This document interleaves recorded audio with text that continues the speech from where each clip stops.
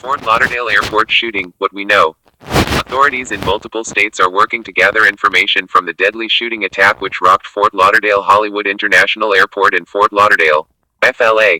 That killed at least 5 people and injured 8 others Friday. The incident sparked utter chaos as terrified passengers ran through the airport before police apprehended the suspect without incident. According to law enforcement authorities, hundreds of stranded passengers are evacuated from the Fort Lauderdale Hollywood International Airport and transferred to Fort Lauderdale's Everglades Port Cruise Terminal 2, in Fort Lauderdale, FLA. The travelers were evacuated due to a shooting that left 5 people dead and 8 injured. According to authorities, the gunman, identified as Esteban Santiago, was taken into custody. Authorities said Friday. Giorgio Vieira, EPA, FA. Here's what we know at the moment. What happened? The melee, which erupted around 1 p.m. ET, was sparked by a gunman who opened fire at passengers at a baggage claim in Terminal 2, killing at least 5 people and injuring 8 others. Witnesses, who described the shooter as a slender, 5'7" male with a blue t-shirt, said the suspect did not say a word during the incident and emptied several magazines of bullets during the attack. The suspect then dropped to the floor spread-eagled to await arrest. Witnesses said. Broward County Commissioner Chip LaMarca said that the shooter's gun was in his checked bag. After retrieving the bag, the alleged shooter went to the bathroom, loaded the firearm and then started shooting. LaMarca tweeted, "Authorities have yet to establish a motive for the shooting and told reporters that it looks like he acted alone." Quote, "This is a fluid situation. 5 dead, 8 initially injured, 37 others injured after incident. All injured taken to BHMC in Memorial Regional. 8:20 p.m. the 6th of January 2017.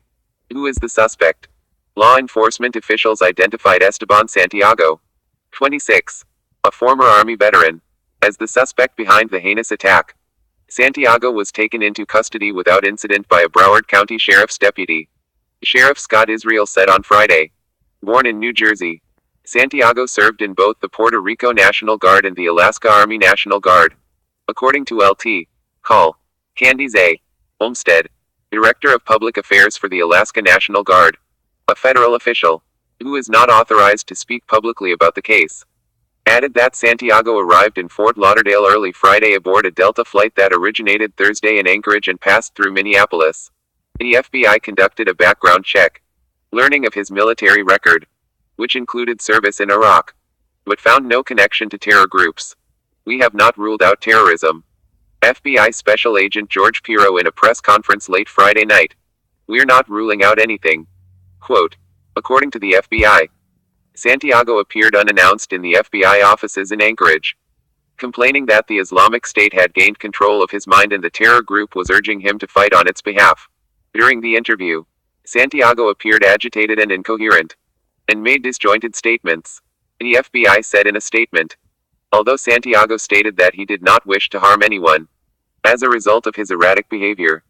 Interviewing agents contacted local authorities who took custody of Santiago and transported him to a local medical facility for evaluation. The FBI closed its assessment of Santiago after conducting database reviews, interagency checks, and interviews of his family members. Single quote. How did a gun get through a checked bag? Transportation Security Administration rules allow travelers to pack unloaded firearms in checked luggage, so long as passengers declare their weapons to the airline while checking in, and they are packed in a locked, hard-sided container. The strict protocols involve showing the weapon and its carrying case to an airline ticket agent, who then checks that the gun is unloaded. Ammunition may also be carried in checked baggage but must be stored separately from the gun, said David Williams, Assistant Professor of Aerospace and Occupational Safety at Embry-Riddle Aeronautical University in Daytona Beach, FLA. If the high-tech baggage screening behind the scenes detects a gun that hasn't been declared, that gun will be set aside. It will not get on the airplane. And a law enforcement officer will find and arrest you. Williams said. What criminal charges will Santiago likely face?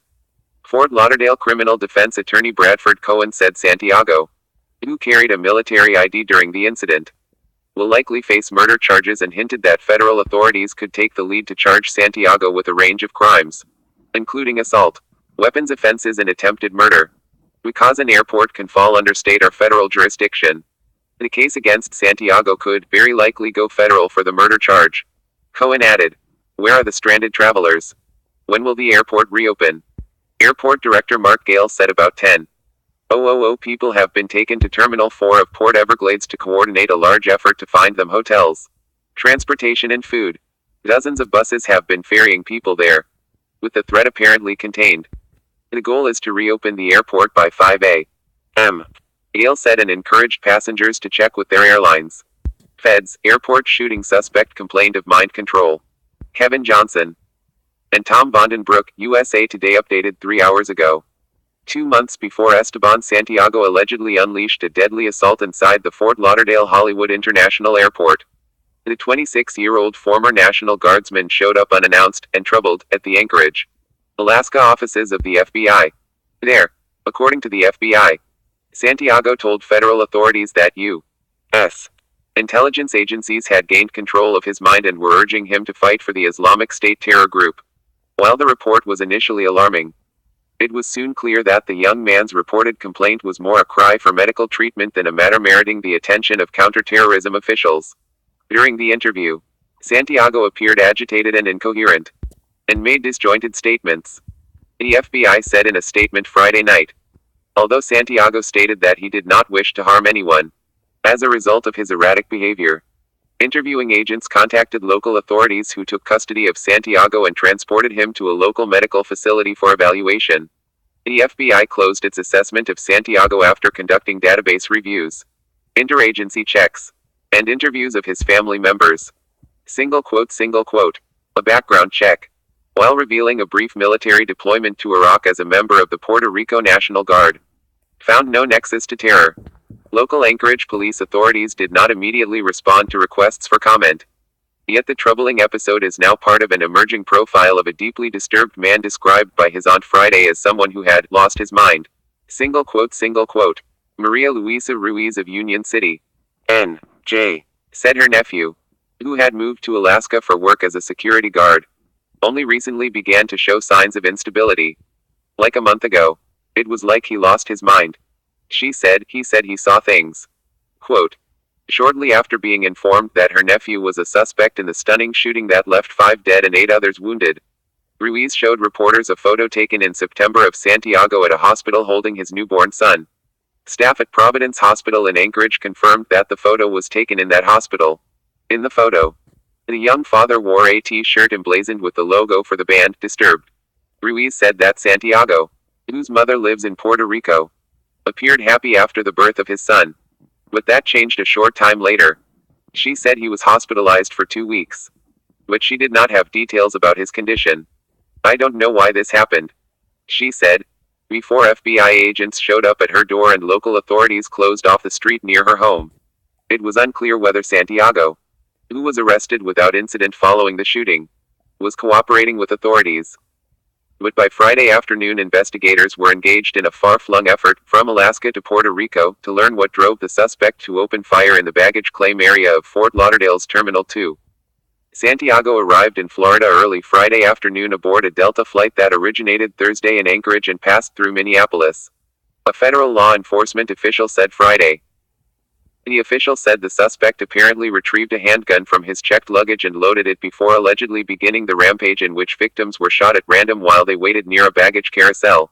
One passenger, Mark Lee, told MSNBC the man was just randomly shooting people without saying a word to anyone.